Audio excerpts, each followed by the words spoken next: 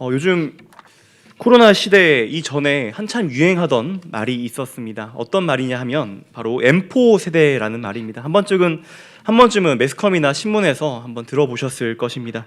치솟는 물가, 사상 최악의 취업난, 그리고 월급만으로 절대 살 수 없는 집값들, 그 밖에 경제적, 사회적 압박 등으로 인해서 처음에는 연애, 결혼, 출산을 포기해서 3포 세대라 불렀습니다. 그러다가 점점 더 상황이 안 좋아지니까 이제 집과 경력을 포기한다고 해서 5포 세대, 더 상황이 안 좋아지니까 이제 취미와 인간관계를 포기한다고 해서 7포 세대, 이제 여러 가지의 것들을 포기한다고 해서 이제 M4 세대라고 우리 20, 30대 젊은 사람들을 일컫습니다. 이처럼 20, 30대 젊은이들이 M4 세대라 일컬을 정도로 고통의 세대라고 이야기합니다. 그런데 저는 이 비단 젊은 세대만 고통의 세대라 생각하지 않습니다. 60년대, 70년대, 80년대 그리고 IMF 시대를 살아오셨던 지금 어르신들은 어르신들이 겪었던 그 고통은 우리 젊은 세대들이 다 차마 알 수 없는 것들일 겁니다. 우리 신교회 성도님들 역시 지금까지 살아오시면서 얼마나 많은 고통과 아픔을 겪으셨습니까? 성도님 한 분 한 분 붙잡고 과거의 일들을 물어본다면 정말 일주일도 쉬지 않고 얘기할 수 있을 것입니다. 이처럼 모든 사람의 마음에는 아픔이 존재합니다. 개인에 따라 조금씩 차이는 있겠지만 세상에 이 아픔이 없고 고통이 없는 인생은 아무도 없습니다. 그런데 우리 주위에 조금 살펴보게 되면 주변 사람들의 부러움을 사는 사람들이 있습니다. 좋은 집에 살고요, 재산도 많고요, 학교도 다닐 만큼 다녔고 부부관계도 좋습니다. 그리고 자녀들도 다 잘 되는 것처럼 보입니다. 우리들은 이런 사람들을 부러워하면서 이렇게 생각합니다. 저런 환경에 있는 사람, 저 사람은 무슨 걱정이 있을까? 아무런 고통이 없을 거야 라고 생각하기 쉽습니다. 하지만 막상 그들의 삶을 깊이 들여다보면은 남모르는 아픔이 있음을 발견하게 됩니다. 이 땅에 사는 인생들 중에서 아픔이 없는 사람이 어디 있겠습니까? 삶의 고통은 바로 우리 한 명 한 명의 문제이고 우리가 당하는 현실 그 자체입니다. 오늘 본문에도 이 삶의 고통을 가진 한 여인이 등장합니다. 그녀는 우리가 잘 아는 하갈이라는 사람입니다. 하갈의 신부는 종이었습니다. 애굽 사람이라는 묘사가 나오는 것을 보니 그녀는 아마도 아브라함이 애굽 땅에 갔을 때 애굽 왕에게 대가로 받은 노예 중 한 명이었던 것으로 추측됩니다. 그녀는 어느 날 영문도 모른 채 이 아브라함의 집에 종살이를 시작하게 되죠. 언어도 다릅니다. 문화도 다릅니다. 가족도 없고 친구도 없습니다. 기댈 곳 하나 없는 그녀가 낯선 곳에 와서 종살이 하는 것이 쉬웠겠습니까? 그렇지 않았을 것입니다. 그녀의 삶은 슬픔 그 자체였습니다. 그런 그녀에게 한 가지 더 시련이 닥쳐옵니다. 자신의 의사와는 상관없이 아이를 낳지 못하는 여주인 대신에 나이 많은 그 주인과 동침하라는 것이었죠. 그녀의 삶이 얼마나 고달픕니까? 고향을 떠나 종노릇하는 것도 힘이 든데 이젠 대리모까지 해야 하는 상황입니다. 그녀의 심정이 어떠했겠습니까? 여자로서, 사람으로서 너무나 참 힘든 상황입니다. 그런데 조금만 다르게 생각해보면요, 이것이 그녀에게 새로운 희망이 될 수도 있다라는 생각을 해볼 수 있을 것 같습니다. 주인인 아브라함의 아이를 임신하게 되면 조금 더 편한 삶을 기대해 볼 수 있을 것입니다. 하갈 역시 그렇게 생각했던 것 같습니다. 이젠 앞으로의 삶보다는 조금은 더 편안해질 거라는 그런 기대감이 이 하갈에게는 있었던 것 같습니다. 그런데 그런 기대감이 조금 지나쳤던 것 같습니다. 하갈은 좀 지나친 모습을 보여줍니다. 바로 자신의 주인인 사레를 멸시합니다. 여기서 멸시했다라는 말을 다시 하면 자기의 주인인 사레의 자리를 넘봤다라는 말로 다시 할 수 있습니다. 이것이 우리들의 죄악된 인생의 모습이 아닐까 싶습니다. 힘들고 어렵게 살다가 어찌어찌 좋은 기회가 왔습니다. 그런데 그 좋은 기회를 욕심으로 날려버리는 경우가 우리 주변에도 우리에게도 허다하게 있지 않습니까? 이것이 갈등의 시작이 됩니다. 하갈이 이 같은 오만과 교만으로 인해서 사레는 분노하게 됩니다. 그때부터 사레는 임신한 하갈을 학대하기 시작하죠. 성도님들은 자녀를 가지셨을 때 기억나십니까? 입덧이 심한 사람들은 하루에 한 끼 먹는 것도 힘들어합니다. 그래서 무뚝뚝한 남편들도 이때만 되면은 먹고 싶은 거 사다 주고 지극정성을 다해서 바칩니다.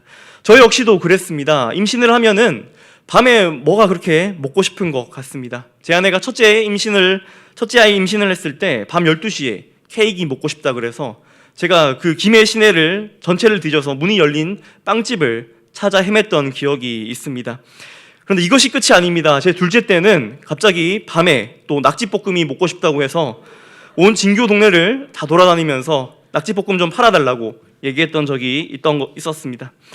남편이 지극정성으로 임신한 아내를 돌봐줘도 견디기 힘든 것이 임신입니다. 그런데 하갈은 남편으로부터 사랑받지 못하고 오히려 여주인으로부터 학대받기 시작합니다.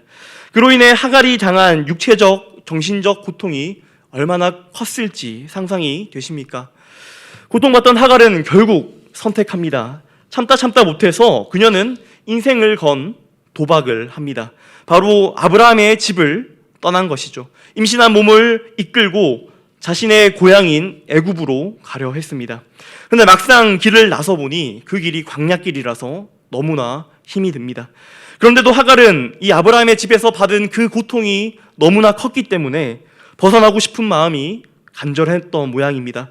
임산부인 하갈이 걸어서 헤브론에서 술 광야까지 걸어갑니다.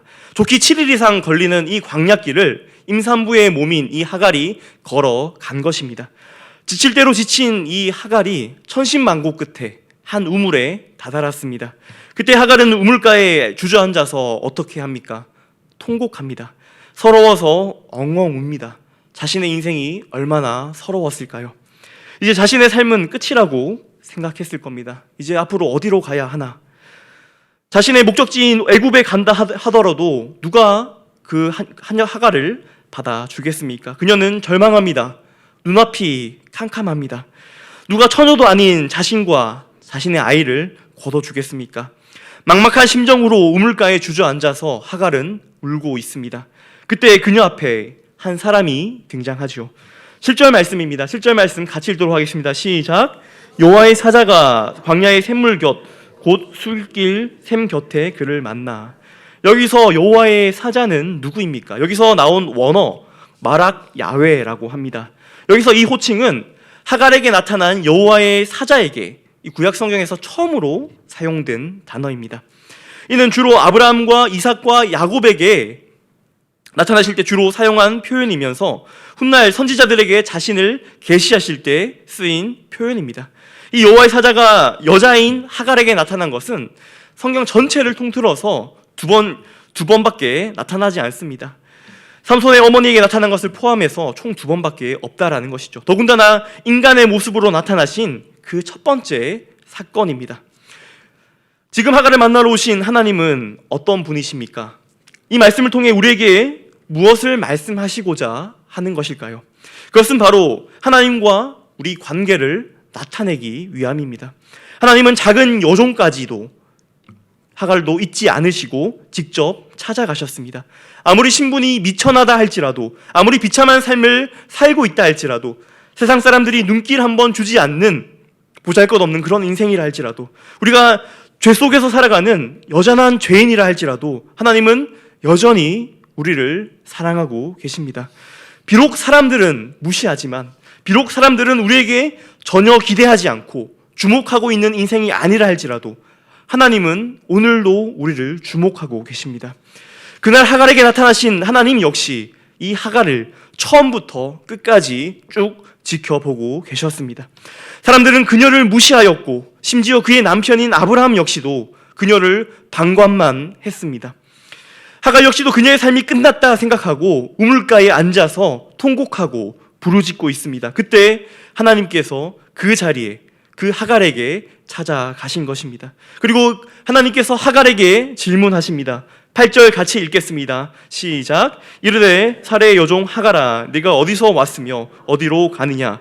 그가 이르되 나는 내 여주인 사레를 피하여 도망하나이다. 하나님은 이 하갈에게 2가지를 물어보십니다. 2가지가 무엇입니까? 바로 네가 어디서 와서 또 어디로 가려고 하느냐라고 두 가지를 물어보시죠. 즉 과거의 일과 또 미래의 계획을 이 하갈에게 물어보십니다. 이때 하갈은 한 가지만 대답합니다. 바로 과거의 일만 대답하죠. 왜 그렇습니까? 이 하갈에게는 자신에게는 미래는 없다라고 생각했기 때문입니다. 하갈은 지금 어디론가 가려고 해도 갈 곳이 보이지 않습니다. 앞날이 캄캄하고 도무지 소망이 보이지 않는 이 현실이 하갈의 현실이었습니다. 이것이 우리 모두의 형편 아니겠습니까? 인생을 살다가 앞이 캄캄해 본 적이 여러분들 모두에게 한 번씩은 있어 봤을 것입니다. 아무리 생각해도 어떻게 살아갈 방도가 보이지 않습니다. 아무리 발버둥 쳐도 해결할 방법이 보이지 않습니다. 내 힘으로, 내 지혜로 어찌 해볼 수 없는 이 고난 가운데서 우리는 이 앞이 캄캄함을 느낍니다. 나에게 미래가 없다고 생각합니다. 보통 누군가에게 우리에게 과거에 대해서 물어본다면 우리가 몇 시간이라도, 우리가 며칠이라도 우리의 이야기를 할 수 있습니다. 살아온 이야기를 그 사람과 할 수 있습니다. 나의 서름과 상처와 억울함과 고난과 아픔을 며칠 동안이라도 토로할 수 있는 것이 우리들의 인생입니다. 그러나 우리는 그 어렵고 힘든 순간에 그 미래에 대해서는 아무 얘기 하지 못합니다. 모든 것이 불확실하며 그저 앞날이 캄캄할 뿐이죠. 이것이 오늘 본문에 등장하는 이 하갈의 심정이었을 겁니다. 그런 하갈에게 하나님은 이렇게 명령하십니다. 9절입니다. 9절 같이 읽도록 하겠습니다. 시작. 여호와의 사자가 그에게 이르되 내 여주인에게로 돌아가서 그 수하에 복종하라. 이 하나님의 말씀이, 하나님의 명령이 참으로 의아하지 않습니까? 학대를 받고 목숨 걸고 도망쳐 나온 이 하갈에게 하나님이 어떻게 이런 명령을 하실 수 있었을까요? 우리의 생각으로는 하나님께서 짜잔 나타나서 내가 너를 도와주겠다 라든지 내가 너를 위해서 복수해줄게, 아니면 새로운 길을 열어줄게, 이런 말씀이 아니었습니다. 하갈의 입장에서는 도무지 납득할 수 없는 하나님의 명령이었습니다. 다시 그 자리로, 다시 그 위치로 돌아가서 학대를 계속 받으라는 말로 들렸을 것입니다. 다시는 하갈은 그곳으로 돌아가고 싶지 않았을 겁니다. 그런데 왜 하나님은 하갈에게 학대받는 삶으로 돌아가라고 명령하셨을까요? 그 이유는 하갈의 인생을 하나님께서 망치고 싶어서 그런 것이 아닙니다. 하갈은 종이기 때문에, 그의 인생이 보잘것없기 때문에 언약의 대상인 사레의 편을 들면서 너는 다시 종의 자리로 돌아가라, 그렇게 명령한 것이 아닙니다. 하나님이 하갈에게 돌아가라고 명령하신 이유는, 그렇게 하갈에게 말씀하신 이유는 하갈에게 복 주시기 위함입니다. 그런데 하갈은 하나님의 말씀을 듣고 나서 한 가지를 깨닫게 됩니다. 10절 말씀입니다. 10절 말씀 같이 읽도록 하겠습니다. 시작. 여호와의 사자가 또 그에게 이르되 또 수가 많이 셀 수 없게 하리라. 어디서 많이 들어본 것 같지 않습니까? 이 말씀은 바로 하나님이 아브라함에게 주셨던 그 복의 내용과 동일합니다. 이뿐이 아닙니다. 11절 말씀입니다. 11절 말씀. 여호와의 사자가 또 그에게 이르되 내가 임신하였은즉 아들을 낳으리니 그 이름을 이스마엘이라 하라. 이는 여호와께서 내 고통을 들으셨음이니라. 이 말씀 또한 어디서 많이 들어보신 말씀이 아닙니까? 마리아가 예수님을 잉태했을 때 들었던 말씀과 참으로 유사합니다. 그리고 하나님이 주신 이스마엘이라는 그 이름의 뜻이 무엇입니까? 고통에서 해방되었다라는 뜻입니다. 여기서 우리는 하갈의 한 맺힌 마음을 풀어주시는 그 하나님의 넓고 깊은 마음을 볼 수가 있습니다.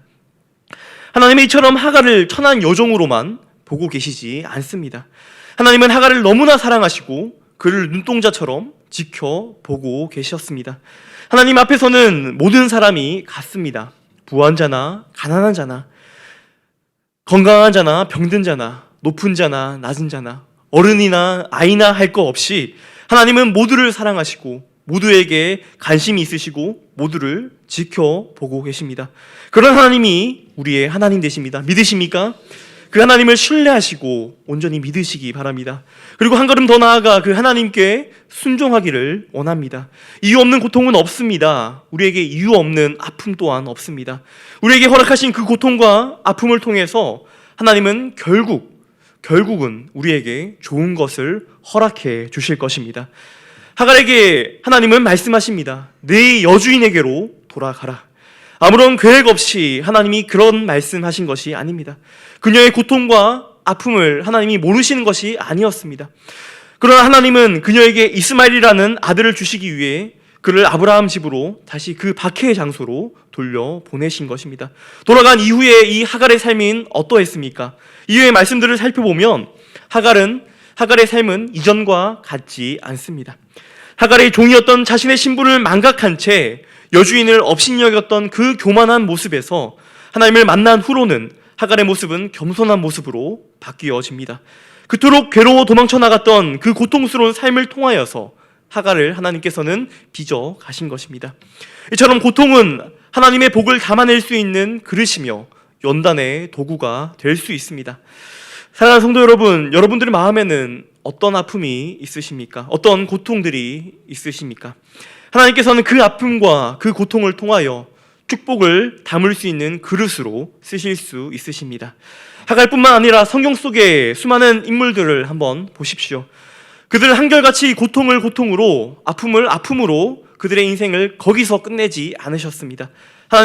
하나님과 함께함으로 가슴 찢는 그 고통 가운데서 하나님께서는 그 고통을 축복으로 바꾸어 놓으셨습니다. 우리 그리스도인들에게는 이 세상에 닥치는 고통 중에는 이유 없는 고통이 없고요, 이유 없는 아픔도 없습니다. 하나님은 반드시 우리 믿는 자들의 아픔과 고통을 결국에는 기쁨으로 변화시키실 것입니다. 요한계시록 7장 17절 말씀에 이런 말씀이 있습니다. 같이 읽도록 하겠습니다. 시작. 이는 보좌 가운데 계신 어린 양이 그들의 목자가 되사 생명수 샘으로 인도하시고 하나님께서 그들의 눈에서 모든 눈물을 씻어 주실 것임이라. 아멘. 우리 주님께서 우리의 모든 눈물을 씻어 주실 것입니다. 그리고 우리의 모든 아픈 마음들, 고통받았던 그 마음들, 그것을 하나님께서 위로해 주실 것입니다.